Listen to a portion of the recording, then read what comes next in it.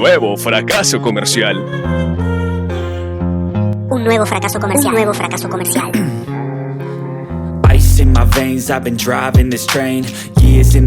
Siempre hay cosas que no funcionan comercialmente, pero que dejan algo distinto. Un nuevo fracaso comercial. Un nuevo fracaso comercial. Personalidades que no destacaron, personas comunes o no tanto. Un nuevo fracaso comercial. Voces subterráneas. Voces subterráneas que retumban lejos del suelo que habitamos. Voces subterráneas. Un nuevo fracaso comercial. Voces subterráneas.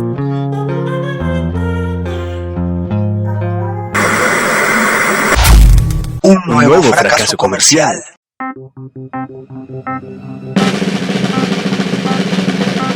Bienvenidos a un nuevo fracaso comercial. En esta oportunidad repasaremos la historia de Néstor Goicoechea, quien fue protagonista de un fracaso comercial a mediados de la década de 2010. Un nuevo fracaso comercial. Un nuevo fracaso comercial.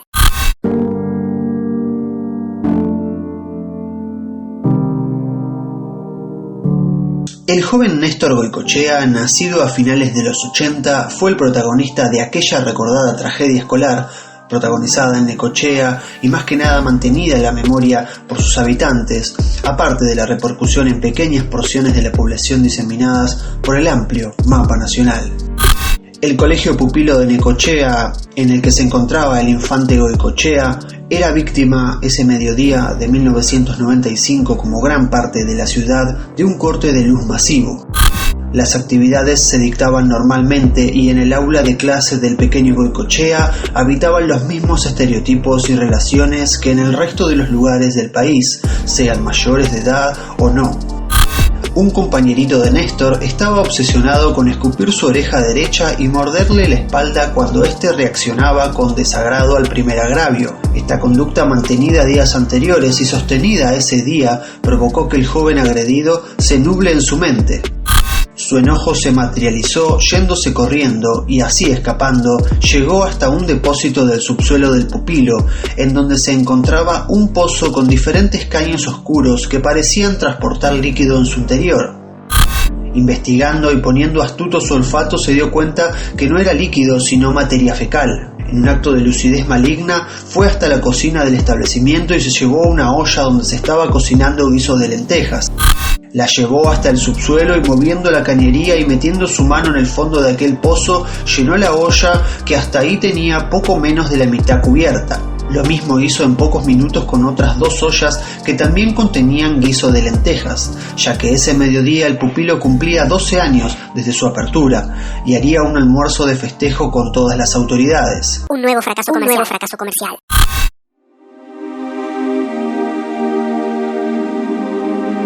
Los medios locales no tuvieron muchas oportunidades de enterarse ni cubrir el hecho, ya que las inclemencias energéticas se mantenían y el corte de luz tomaba más de 2/3 de la ciudad balnearia.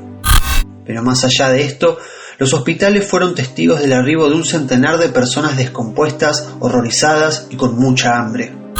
La pequeña investigación del pupilo, con ayuda del agresor de Néstor, quien lo vio correr tras sus repetidas agresiones y luego lo olió con olor a materia fecal minutos antes del almuerzo, hizo que lo castigaran a varias jornadas de limpieza y posteriormente lo echaran. Este trascendente hecho, sentía el joven Goicoechea, lo iba a marcar de alguna manera, pero no sabía cómo ni cuándo, pero igualmente le preocupaba no sentir nada. Mientras tanto, su vida continuaba y luego de terminar la secundaria y tras algunas bandas de rock con amigos de las que no se tienen muchos registros sonoros y en donde tocaba la guitarra y un poco de estudio musical algo autodidacta, Goicoechea decide tomar su propio camino. Invierte innumerables horas al día a diseñar un concepto solista para materializarlo en múltiples canciones y un álbum con la particularidad de que mucho del espíritu amateur y jovial de sus anteriores emprendimientos ya no estaban. Un nuevo fracaso comercial. Un nuevo fracaso comercial.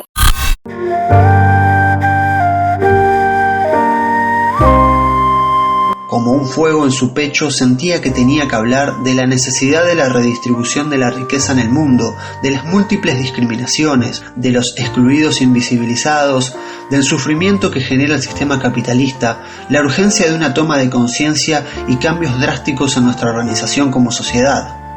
A la hora de armar las canciones y de plasmar una letra, todo parecía ser normal, pero cuando empezaba la letra su voz descendía drásticamente en su volumen y su mano rajando la guitarra imitaba automáticamente a la voz. De los temas creados en esa primera incursión creativa se desprenden temas de crítica al sistema social, de toma de conciencia y combativos, como eran Las rosas se revelan, Una bomba del corazón, Angustia social y Algoritmos mentales. Su entusiasmo era inusitado y una revelación apareció. Como un rayo su mente se aclaró entendiendo que aquel hecho de injusticia en su colegio pupilo se materializaba en rebeldía hacia esa sociedad que sigue reproduciendo un sistema opresor. Al mostrar las grabaciones a sus amigos y allegados se encontraron con que no salía nada de sonido.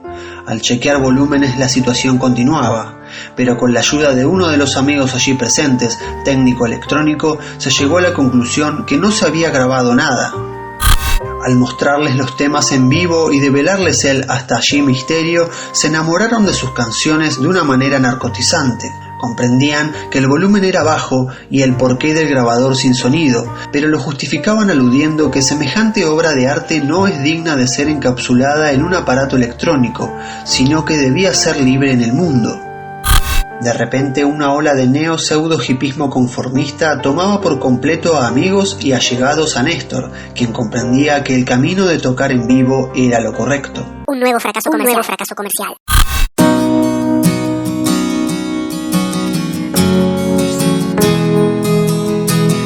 En su casa, en reiteradas oportunidades y con múltiples artefactos, intentó sin éxito grabarse.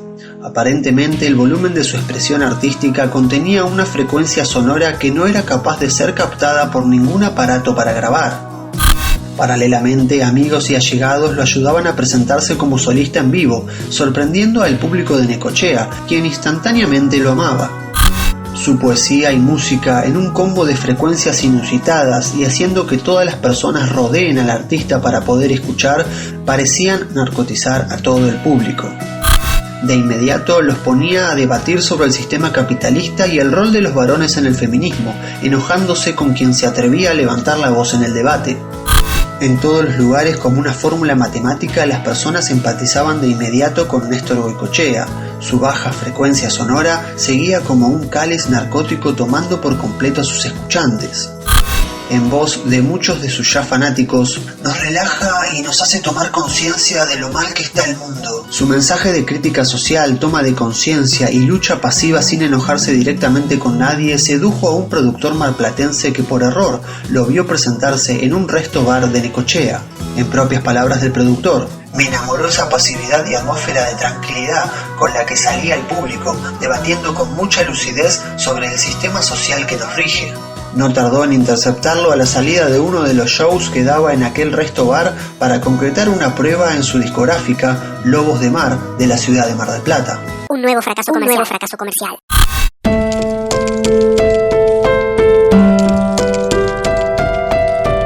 Entre su alegría y su ansiedad por la prueba, su arte mutó a un modo más violento de expresión, producto de esa energía renovadora y ascendente que lo invadía, subiendo notablemente su volumen de voz y guitarra en los ensayos previos. Cuando llegó el día, esos ensayos previos le preocupaban, pero confiado en su arte se metió en el estudio. Igualmente, el joven Goycochea no pudo hacer nada para revertir el nuevo volumen, más alto y normal con respecto al promedio de un músico al tocar. Los resultados no fueron buenos y la relación con ese productor marplatense finalizó ese mismo día. Lo que buscaban era ese introvertido artista revolucionario que cautivaba masas con su crítica social de atmósfera tranquila. Hubo charlas por teléfono. Desde Necochea, Néstor insistía en volver a probarse, pero al momento de recitar al teléfono, la discográfica se encontraba con que cada vez mutaba a algo más pesado y menos les gustaba. Las andanzas de Goycochea se extinguirían con los días. Al no poder recuperar su particular frecuencia original de ninguna manera y viéndose cada vez más agresivo en su arte, sus ganas de seguir tocando se consumían. Una llama que dejó de calentar y una luz que se apagó, llevándose al artista para siempre. Sus fans, viendo cómo su artista se moría en vida, se encargaron de dejar limpio su nombre buscando el material grabado en aquella prueba. En negociaciones con la discográfica, lograron quemar todas las evidencias, conservando el espíritu original del músico. A continuación, la analista de fracasos, la licenciada Georgina Experta, nos aporta una reflexión final. Un nuevo fracaso comercial.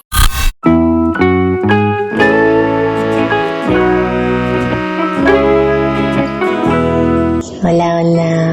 Este caso me lleva a pensar en una de mis máximas en la vida. Hay que complementar todo.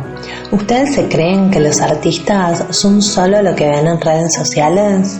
No, también son personas que dedican su tiempo a cuidarse íntegramente y conocerse, porque si no, todo lo demás se desmorona. Entonces, que a nadie le sorprenda la agresividad que mostró Néstor Goycochea, porque esa agresividad estaba ya dentro suyo, porque nunca dedicó su vida a cuidarse. ¿Acaso Goycochea hacía yoga? No. ¿Acaso Goycochea meditaba regularmente? No.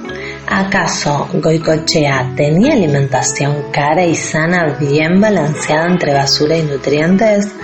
No. ¿Acaso Néstor Goycochea tenía conocimiento astrológico y sabía qué animal era en el horóscopo chino? No. Entonces, que a nadie le sorprenda la actitud involucionada de Néstor Goycochea, quien no cuidó lo que tenía. ¿Y ustedes qué están haciendo? ¿Se están cuidando? No se olviden de hacerlo. Saluditos.